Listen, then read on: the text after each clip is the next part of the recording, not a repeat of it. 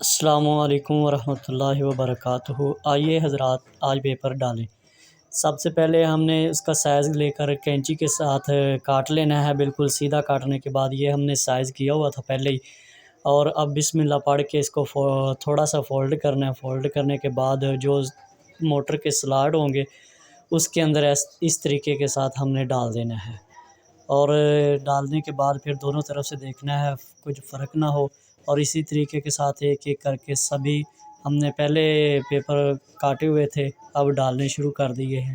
تو یہ ہے بالکل آسان طریقہ، اور اس کے علاوہ کچھ لوگ پیپروں کو سائڈوں سے فولڈ بھی کر لیتے ہیں اسکیل کی مدد کے ساتھ یا کسی اور چیز کے ساتھ، تو وہ بھی بہت اچھی بات ہوتی ہے، لیکن اگر فولڈ نہ بھی کریں تو اس طرح آپ سمپل اور سادہ بھی ڈال سکتے ہیں۔ اس کے ساتھ آپ کا ایک تو وقت بچ جائے گا، اور دوسرا یہ ہے کہ یہ کوئی اتنا بڑا ایشو نہیں ہے، کیونکہ گھر والوں نے کوئی موٹر کھول کے دیکھنی تو نہیں ہوتی کہ کس طرح پیپر ڈالے ہیں۔ ہمارا مقصد صرف یہ ہوتا ہے کہ ہم نے جو تار ہوتی ہے اس کو کلوز کرنا ہے، تو تار اس طرح کلوز ہو جائے گی۔